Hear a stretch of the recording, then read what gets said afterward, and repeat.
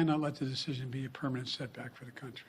U.S. President Joe Biden expressing his disappointment over the Supreme Court's decision to strike down affirmative action admissions used by Harvard College and the University of North Carolina to raise the number of Black, Latino, and other underrepresented minority students on their campuses.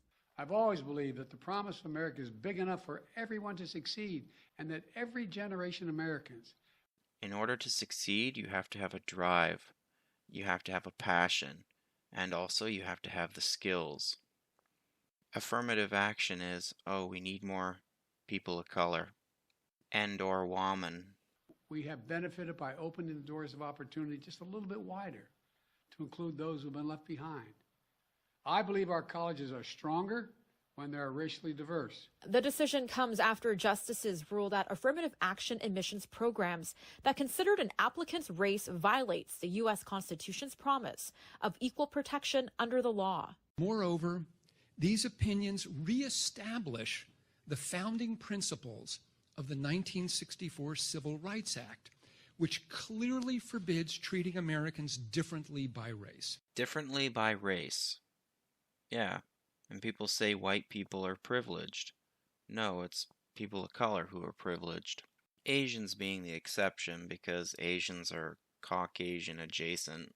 I absolutely think that there are already significant challenges with racial inequity, even with the benefit of race-conscious admissions or explicit considerations of race. The Supreme Court has just made our fight for racial equality that much harder. During his press conference, Biden said he is directing the U.S. Department of Education to analyze what practices will help build more inclusive and diverse campuses.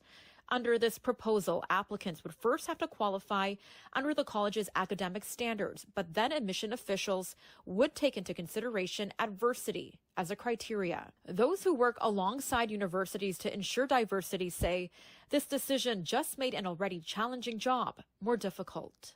We're taking this big decision and we're placing it on people who are now on the front line of essentially having the pressure to make sure that the college campus is diverse. Diversity shouldn't even be a consideration. It should be qualifications. Are you qualified? Yes or no? I can see why she wants to keep the diversity in colleges because she's a diversity consultant, so she'd be out of a job, wouldn't she? Students also reacting to this historic change. I feel like we were properly represented for and accounted for because they looked at like, oh, we need to have enough people of color, we need to have diversity. But if they're not just going to look at that, like now we're not important anymore. Like now it's just like based on our academics. And in case you're wondering, when she just starts to talk about academics, it cuts away from her.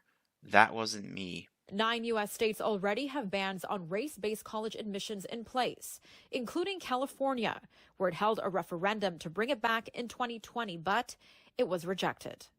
Melissa Nakavali, City News. Well, that's it for my thoughts on this matter. Take care out there.